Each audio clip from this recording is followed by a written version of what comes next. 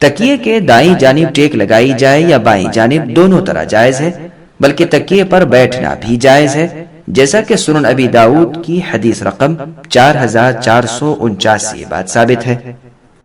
ابو بکر نفیع ابن الحارث الثقفی رضی اللہ عنہ سے روایت ہے کہ رسول اللہ صلی اللہ علیہ وسلم نے فرمایا، کیا میں تمہیں کبیرہ گناہوں میں سب سے بڑے گناہ نہ بتا دوں؟ لوگوں نے کہا جی ہاں اے اللہ کے رسول۔ آپ نے فرمایا، اللہ کے ساتھ شرک کرنا اور والدین کی نافرمانی۔ ابو بکر رضی اللہ عنہ نے کہا، رسول اللہ صلی اللہ علیہ وسلم ٹیک لگائے ہوئے تھے، پھر آپ بیٹھ گئے اور فرمایا، اور جھوٹی گواہی یا جھوٹی بات۔ یہ بات رسول اللہ بار بار کہتے رہے، حتیٰ کہ ہم نے کہا کاش آپ خاموش ہو جائیں۔ یہ حدیث صحیح ہے، دیکھیے سنن ترمذی حدیث رقم 1901، 2301 اور 3019، نیز صحیح بخاری حدیث رقم 2654۔ سامعین، اب اس حدیث سے ثابت ہونے والے چند مسائل سماعت کریں۔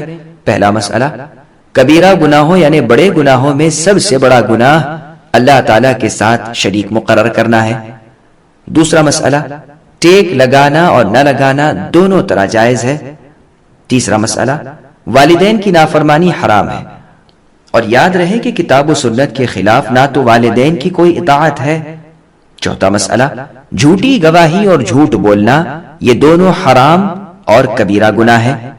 پانچواں مسئلہ، رسول اللہ صلی اللہ علیہ وسلم کا اس طرح تکیہ چھوڑ کر سیدھے بیٹھ کر یہ فرمانا، اس سے گناہ کی شدت پر تنبیہ کرنا مقصود ہے۔ ابو جحیفہ رضی اللہ عنہ سے روایت ہے کہ رسول اللہ صلی اللہ علیہ وسلم نے فرمایا، میں تو ٹیک لگا کر نہیں کھاتا۔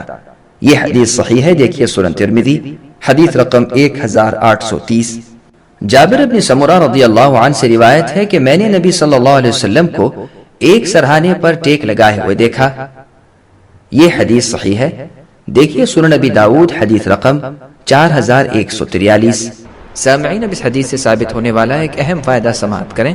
تنبیہ، باب رقم 21 میں استراحت کے لیے یا بیٹھے ہوئے ٹیک لگانے کا بیان ہے، اور باب رقم 22 میں کمزوری یا کسی سبب سے چلتے پھرتے وقت کسی کے ساتھ سہارا لینے کا تذکرہ ہے۔ سبسکرائب کیجئے ہمارے چینل اور دبائیے بیل کا آئیکن تاکہ آپ کو ریگولر نوٹیفیکیشن اپڈیٹس مل سکے۔